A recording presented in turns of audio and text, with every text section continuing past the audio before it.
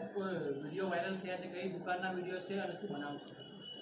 અને 22 તારીખે અમને આ વિડીયોની માહિતી મળેલી રાધે ઢોકળા નાનપુરા ખાતેની, અને મારા વિભાગના ફૂડ સેફ્ટી ઓફિસરો દ્વારા સાંકેતા તપાસ કરીને એને નોટિસ આપીને સંસ્થા બંધ કરવામાં આવેલી હતી. અને હવે પછી એ સંસ્થામાં ફૂડ સેફ્ટી એક્ટ પ્રમાણે કામગીરી જો સંપૂર્ણ થશે ત્યારબાદ જ સંસ્થા ઉપરી અધિકારી મંજૂરી લીધા બાદ ખોલવામાં આવશે. વિડીયોમાં એવું શું હતું?